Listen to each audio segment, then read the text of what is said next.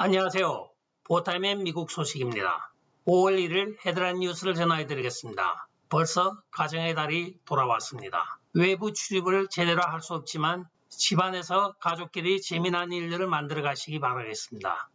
보타임의 잔 케리가 시리아에서 활동하고 있는 이스라엘 정보원들에 대한 정보를 이란의 외무부 장관에게 넘겼다는 소식이 보도가 되면서부터 일파만파 번지고 있는 가운데 국무부와 백악관에서는 일반적으로 공개 영역에 속하는 정보를 주고받은 것이라고 이야기를 하였으나 우리가 말하는 일반적인 공개 영역에 속하는 정보는 www.에 들어가면 다 오픈이 되어 있습니다. 그러나 어느 곳을 서치를 해봐도 거기에 대한 정보는 없습니다. 따라서 잔 케리가 국가 기밀 정보를 적국에 넘긴 것으로 오늘 확인이 되었습니다. 일부에서는 잔 케리가 개인 제트기를 타고 이란에 간 이유는 거기에 남아있던 돈을 가지러 갔다는 소문이 지금 파다하게 번지고 있습니다. 그 돈은 오바마 행정부 때 현금을 공수하여 이란에 주었던 그 400억 달러의 일부라고 지금 알려지고 있습니다. 조 바이든의 한 연설의 내용을 보면 본인이 플로리다에서 템파까지 지하철 터널을 뚫고 만들었다고 하는데 플로리다에서 터널 뚫을 산이 어디 있습니까? 그리고 플로리다 어딘지도 모르고 플로리다에서 템파가 플로리다입니다. 그리고 달라웨이에서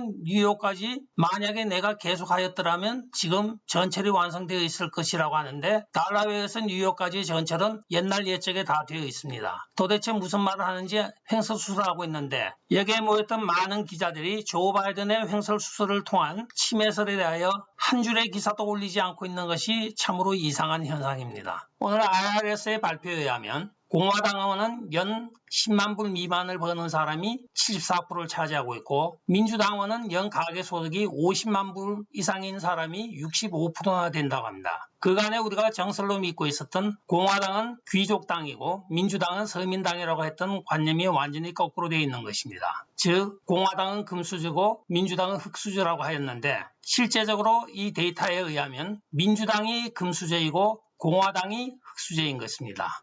가장 대표적인 예가 이 게빈 뉴슨 캘리포니아 주지사입니다. 민주당원이죠. 이 사람은 천만장자입니다. 네파에 소유하고 있는 자기 개인의 와이너리만 해도 그건 8천만 불을 호가한다고 지금 이야기가 되고 있습니다. 우리의 생각을 바꿀 때가 된 것 같습니다. 조 바이든이 국회 연설에서 1억 명 이상의 미국인이 코로나 백신 접종을 받았다고 이야기를 하면서 자화자찬을 하였습니다. 거기에 대해 도널드 트럼프 대통령이 오늘 아주 기막힌 발언을 하고 있습니다. 나는 백신의 아버지입니다. 즉 자기가 백신을 개발하였다는 것이죠. 파우치 박사 경우에도 3년 내지 5년 걸린다고 하였던 것을 제가 독려를 하고 200억 달러를 연구하고 있는 화이자 계열의 회사에 선지급을 함으로써 1년 안에 이 백신을 개발하였습니다. 그들이 지금 1억 명을 놓았다고 자랑을 하고 있지만 그것을 개발한 사람은 접니다. 따라서 제가 백신의 아버지입니다 하면서 바이든 행정부의 자화자찬에 대하여 정확한 사실을 지금 이야기하고 있습니다.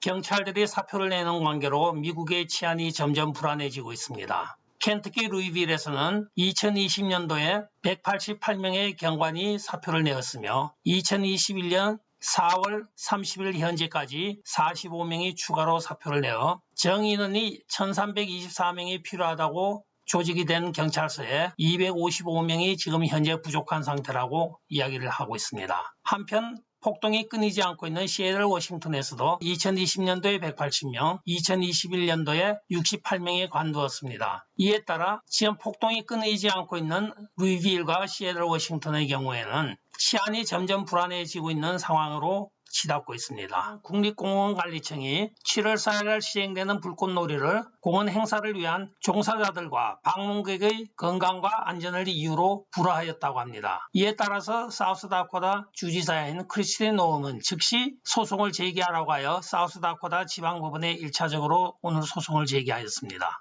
우리가 일반적으로 큰 얼굴 바위산이라고 많이 불리는 러시모어 내셔널 파크에는 이렇게 미국의 역대 대통령들의 대형 얼굴상을 조각해놓은 돌산입니다. 여기에서 해마다 독립기념일에 대통령과 많은 사람들이 참석을 하여 미국의 독립을 축하하면서 지내온 것이 선례로 남아 있습니다. 전통으로 되어 있습니다. 그런데 올해는 이런 이유로 조 바이든 행정부에서 이것을 하지 않을 뿐 아니라 이것을 지방정부에서 하는 것까지 막고 있으므로 여기에 사우스다코타의 지방정부가 연방정부를 상대로 지금 소송을 제기한 상태입니다. 네, 지지했던 사람한테 배신당한 기분이 어떤 것인지 아마 흑인들은 느끼고 있을 것입니다. 오늘 조 바이든 행정부가 앞으로 박하향을 머금은 모든 담배 판매를 금지한다고 발표를 하였습니다. 즉 멘솔 시가렛을 판매 금지한다는 것이죠. 그런데 흑인이 피는 담배의 75%가 멘솔 향이 포함된 담배라고 통계가 나와 있습니다. 흑인 커뮤니티에서 조 바이든 지지율이 64%를 넘었었는데 결과적으로는 지지를 해주고 배신을 당한 셈이 되었습니다. 화이자 백신의 수출길이 열렸습니다. 도널드 트럼프 대통령 정부에서 해외 금수 품목으로 지정이 되어서 수출을 할 수 없었던 화이자 백신과 여러 백신들이 2021년 3월 31일자로 그 행정명령의 유효기간이 만료가 됨에 따라서 4월부터 FDA의 해외 수출 승인을 받으러 화이자가 시작을 하였습니다. 그리하여 4월 29일인 어제 화이자 백신 1000만 회분이 멕시코로 전혀 수출이 되었습니다. 그 중에 미국에서 간 것이 100만 회, 벨지움에서 간 게 200만 회, 또 기타 여러 화이자 백신을 만들고 있는 회사에서 간 것이 다 더해져서 1차적으로 1000만 회가 갔으며 앞으로 멕시코의 최대 공급업체가 화이자 백신이 될 것으로 전망이 되고 있다고 이야기를 하고 있습니다. 이것이 수출되기 전에는 멕시코 암시장에서 화이자 백신을 2회 접종받는데 2,000불씩 보통 호가하고 있었습니다. 그런데 그 화이자 백신이 도대체 어디서 난 것일까요? 포트랜드 오레곤에서 시위 중이던 안티파와 BLM이 지나가는 일반 시민의 차량을 멈춰 세우며 운전자를 끌어내려고 본넷 위에까지 올라갔습니다. 이에 대하여 위기를 느낀 운전사가 그냥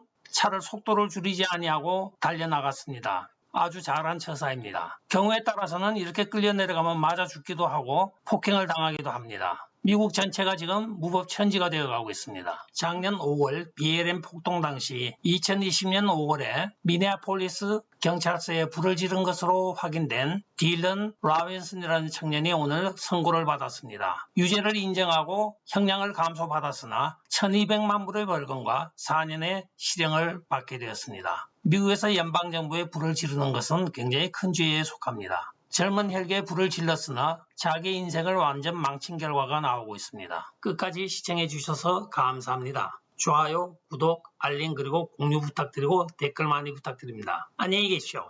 바이.